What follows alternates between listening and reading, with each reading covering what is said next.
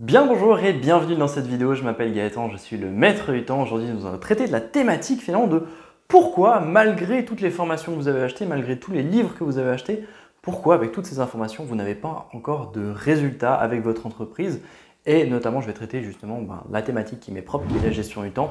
Souvent quand j'ai des appels pour voir si les personnes seraient qualifiées pour justement le système Chronos ou un accompagnement individuel avec moi, ils me parlent comme quoi qu'ils ont déjà testé des méthodes, qu'ils ont déjà lu des livres, qu'ils ont déjà acheté des formations. Puis la question se pose finalement, pourquoi ils n'ont pas encore de résultats malgré toutes les formations qu'ils ont pu consommer.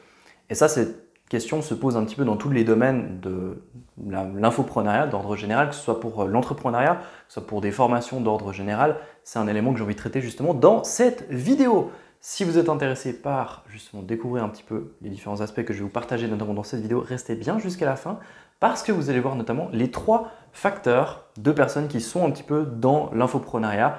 Ces 3 types de personnes qui potentiellement peuvent vous poser des problèmes et qui, pour certains cas, peuvent vous aider à évoluer. Donc vraiment, je vais traiter la thématique d'un point de vue des vendeurs de formation, ce genre de là, et du point de vue personnel finalement, qu'est-ce qui nous permet de, oui ou non, avoir des résultats avec les informations qu'on consomme. Donc c'est parti, je commence directement avec le titre qui est un petit peu copyrighté, je l'avoue. Finalement, pourquoi 97% des entrepreneurs échouent? C'est un titre un petit peu putaclic comme on pourrait le dire, mais en réalité, il n'est pas très loin de la vérité parce que même si c'est un gros chiffre, les 97%, il faut savoir qu'il y a très peu d'entreprises qui finalement sont pérennes, qui finalement ne sont pas en train de battre de l'aile pour réussir à évoluer. Et ça, c'est justement, je mettrais justement pour toutes les entreprises qui ont des problèmes, toutes les entreprises qui ont de la peine justement à subvenir notamment toute la liquidité, tout ce genre de choses, je les mets justement dans la catégorie échec et non pas réussite, car selon moi, une réussite se fait justement seulement quand tout se passe bien, quand une entreprise est pérennisée et elle tient sur en tout cas plus de 5 ans. Du coup, pourquoi est-ce que la majorité des personnes finalement qui consomment des informations, consomment des formations, n'ont pas de résultats avec ces formations? D'abord, je vais commencer par les personnes qui vendent ces dites formations, ces programmes d'accompagnement, ce genre de choses, et je vais traiter justement de leurs intentions. De mon point de vue, il y a 3 types de personnes en fait dans le monde de l'infoprenariat qui veulent justement vous partager des informations, vous faire vivre une certaine transformation, on peut dire. Et en fait, elle est catégorisée par leurs intentions. Et quelle est l'intention notamment de la manière la plus répandue, disons de le dire, les personnes qui vendent des formations, les vendeurs de formation? L'objectif des vendeurs de formation, il est assez simple en soi. C'est de vous vendre une information, aussi simple que cela. Et notamment, généralement, dans le but de faire de l'argent. Souvent, c'est dans l'idée de mettre en place un business automatisé, donc une page de vente en ligne avec des personnes qui peuvent acheter cette page, enfin acheter ce produit, donc cette formation, sans avoir besoin de prendre du temps pour eux, donc du coup pouvoir digitaliser un petit peu leur savoir. Ce qui en soi n'est pas une problématique en tant que telle, même si des fois on se retrouve avec des formations qui ne sont pas vraiment qualitatives, car le but premier, l'intention première du vendeur de formation n'est pas de vous amener les bonnes informations et vous faire en sorte que vous ayez des résultats, mais plutôt de mettre de l'argent dans sa poche. Ce qui en soi n'est pas un problème si l'intention est claire et si vous êtes OK avec le fait d'acheter une formation qui a juste repris des informations que vous pouvez trouver gratuitement sur Internet. Je dirais la seule plus-value finalement c'est ça, c'est le fait de gagner du temps en ayant accès à des informations qui normalement demanderaient plusieurs heures de recherche à travers notamment des livres, à travers des vidéos, etc. etc. Ça ne veut pas forcément dire que la formation que vous allez prendre dans ce cas-là est de qualité. S'il y a de bons témoignages, généralement c'est le cas. Voilà. Ça, c'est le premier type de personnes qui justement ont pour intention première de gagner de l'argent, d'augmenter leur chiffre d'affaires, notamment avec des formations et du coup d'augmenter justement leur marge bénéficiaire. Les deuxièmes types de personnes, je dirais, c'est ce qu'on appelle les formateurs. Donc on dit souvent un petit peu, vous avez peut-être déjà entendu parler, il y a les vendeurs de formation et il y a les formateurs. Et les formateurs, eux, ils ont vraiment à cœur de vous amener des résultats. Ils veulent vraiment que vous ayez des résultats, donc ils vont mettre en place un écosystème, ils vont mettre en place quelque chose, une offre qui est juste un peu plus conséquente, un peu plus importante, notamment en temps, etc., pour amener des résultats. Typiquement, faire des coachings groupés, typiquement mettre en place des coachings dans le cadre d'un accompagnement en ligne avec des programmes de formation. Donc il y a toujours l'aspect vidéo, formation, etc., mais ça peut être aussi à travers des séminaires, ça peut être à travers ce genre de choses. Toutefois, j'ai remarqué, notamment avec mon expérience, en 2019, j'ai notamment investi plus de 40 000 € justement dans de la formation, dans du coaching, dans des séminaires, dans des déplacements pour des masterminds, ce genre de choses. Et j'ai remarqué en fait qu'il y a un peu différents types de personnes, notamment dans la catégorie formateur. Et souvent, C'est pour une bonne raison, mais des fois c'est un petit peu, voilà, c'est pas super éthique la façon dont c'est fait. C'est-à-dire qu'il y a notamment un concept qui est ultra important dans le cadre d'un business en ligne, c'est, même dans tout type de business, c'est la valeur du client à vie, c'est-à-dire la lifetime value du client, combien le client m'apporte sur toute une vie. Et l'objectif, disons, c'est de faire en sorte que le client soit plusieurs fois client chez nous et pas juste une fois, comme ça augmente notamment notre marge, tout simplement, notre chiffre d'affaires, parce qu'on n'a pas besoin d'acquérir de nouveaux clients et c'est plus facile de convertir un ancien client qui a déjà été client que d'en reconvertir des nouveaux. Et du coup, il y a un petit concept qui a été inventé qui finalement est justement un peu l'échelle de valeur, notamment donc, quand on fait différents produits, différents services. L'idée, c'est de mettre en place un écosystème qui fait que pour chaque personne, il y a un petit escalier comme ça qui permet aux personnes de passer en fait d'un échelon à un autre, et ensuite d'un autre, et ensuite d'un autre, et ensuite un autre, et ensuite un autre, et ensuite un autre. Et bien sûr, plus on monte, plus le produit ou le service ou ce que l'on propose est cher, et donc théoriquement plus les personnes ont de résultats. Le seul souci que j'ai remarqué avec ça, c'est qu'en soi ce n'est pas un problème en tant que tel. Problème qui a potentiel, c'est que les formateurs n'ont pas des intentions de faire en sorte d'amener de réels résultats à leurs clients, mais plutôt de faire en sorte de les assurer dans un écosystème pour faire en sorte que finalement, ils restent dedans le plus longtemps possible et donc qu'ils fassent gagner le plus d'argent possible.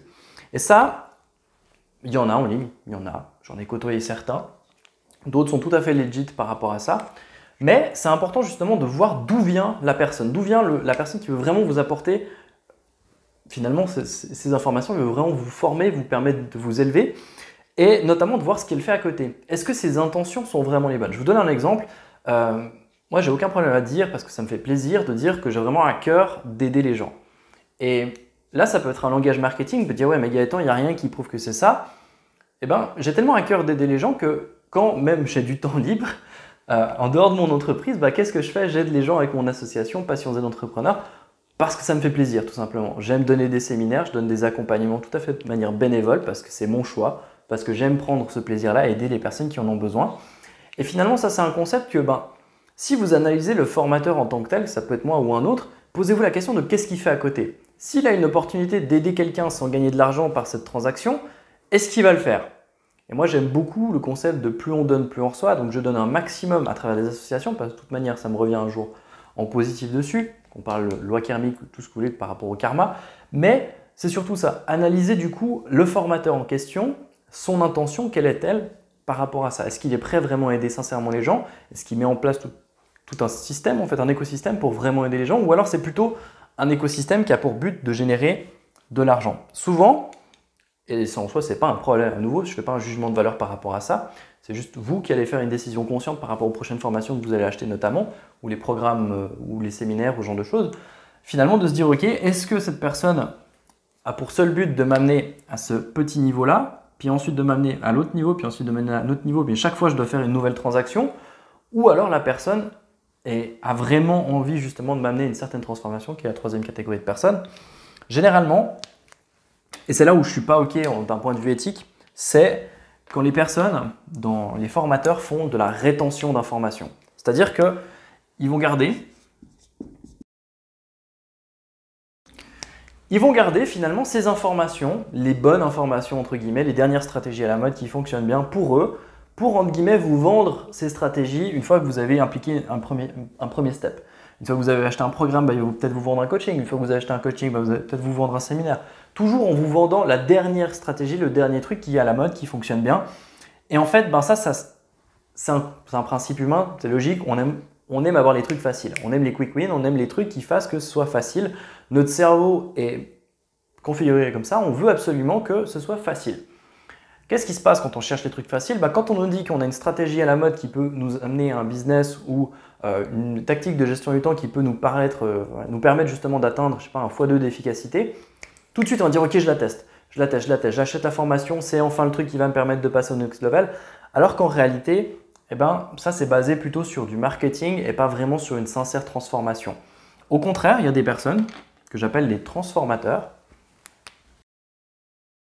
Les transformateurs qui ont pour but de vous faire vivre une sincère transformation et surtout de vous permettre finalement d'être une nouvelle personne.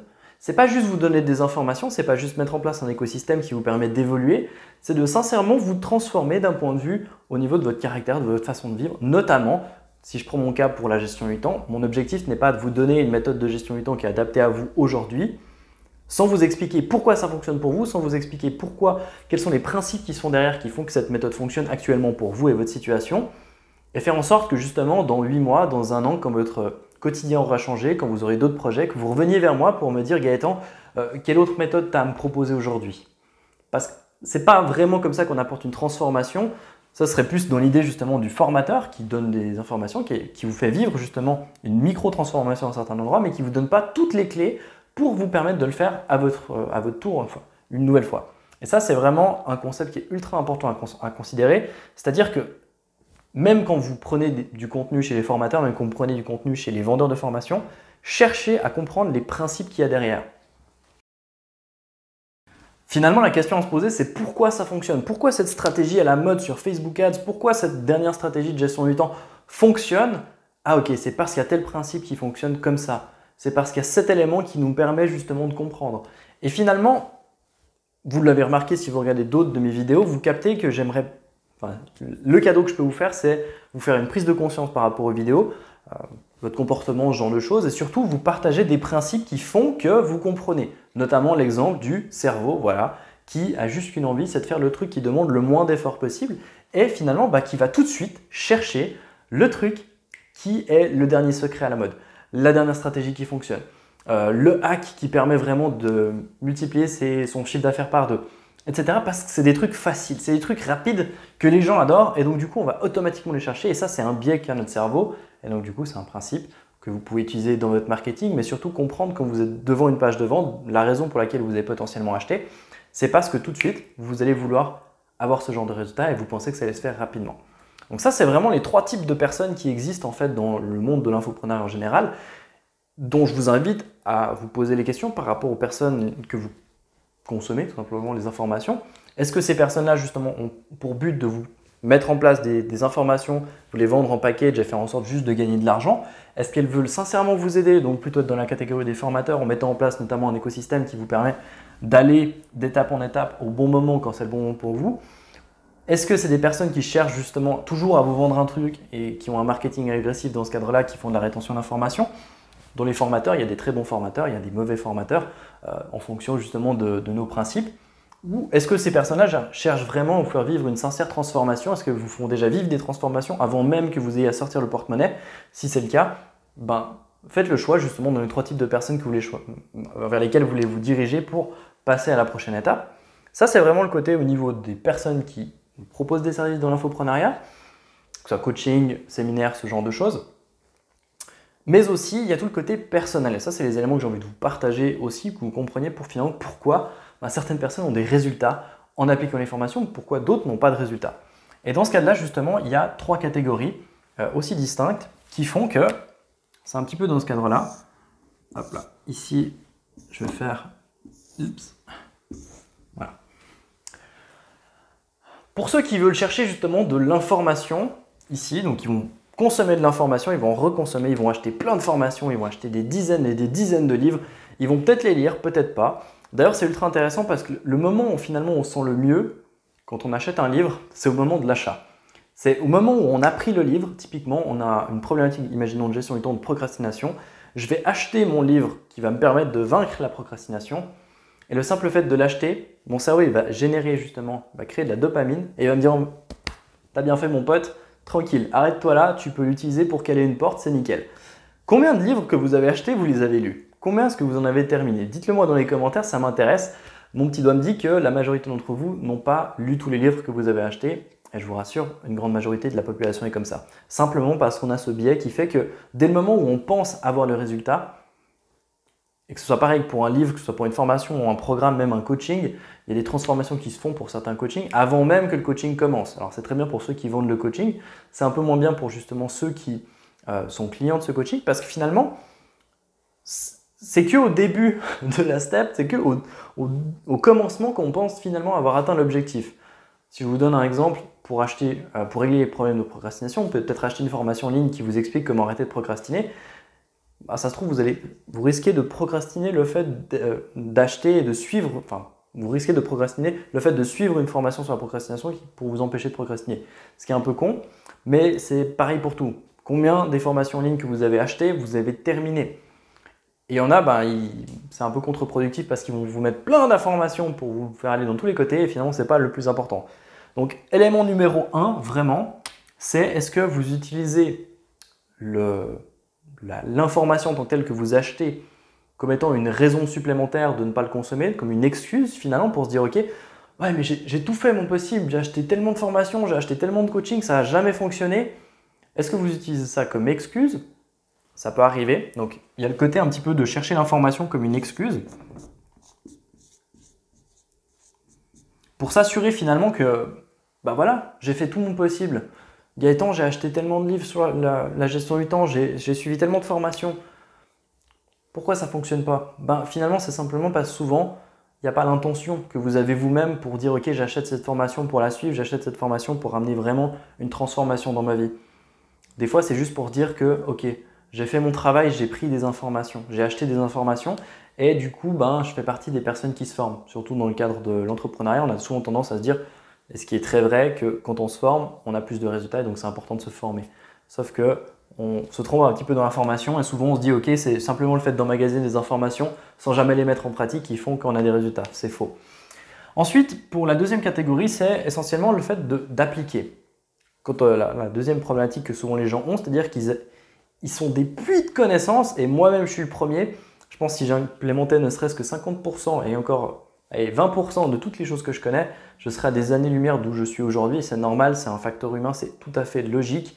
La majorité des personnes ne passent pas assez à l'action en fonction des informations parce qu'on vit dans un monde d'informations. Avec Google, on a accès à de l'information en quantité, mais juste infinie. Et du coup, on ne sait pas quelle formation prendre, on ne sait pas quel séminaire aller, on ne sait pas, etc. Alors qu'en réalité, on n'a pas besoin forcément de plus d'informations.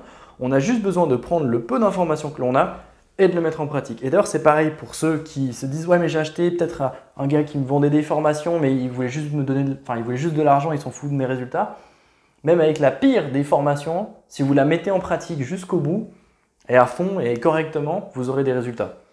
Parce que les informations, généralement, tendanciellement, elles sont bonnes. C'est juste qu'elles ne sont pas forcément présentées de la bonne façon, mais si vous les comprenez puis vous les mettez en application, vous avez des résultats. Ça fonctionne comme ça. Donc, le moment où on crée finalement un petit peu sa vie sur mesure, qu'on a des réels résultats et qu'on ne fait pas partie des entrepreneurs qui échouent, c'est quand on les met en application. Je le répète tout le temps et encore, mais finalement, c'est appliquer. Appliquer pour vraiment avoir des résultats, vraiment ultra importants. Et du coup, il y a aussi la notion de finalement, surtout dans le cas de l'infoprenariat, il y a peut-être des personnes qui malheureusement font partie de cette vidéo, qui se sont fait arnaquer. Il y a des personnes qui leur ont vendu quelque chose, qui n'ont pas justement amené des résultats derrière. Ça arrive parce qu'il n'y a pas que des personnes qui sont justement éthiques dans ce milieu-là et je m'en excuse. Vous n'avez pas de bol malheureusement. Mais il y a aussi du bon à prendre là-dedans. C'est-à-dire que ce n'est pas parce que toutes les formations que vous avez achetées jusqu'à présent ne fonctionnent pas que toutes les prochaines ne fonctionneront pas. Il y a aussi l'intention d'achat. Pourquoi est-ce que vous achetez cette formation? J'en ai parlé un petit peu là pour une excuse, mais c'est aussi dans le cadre d'une sincère transformation. Est-ce que vous êtes prêt à faire le nécessaire?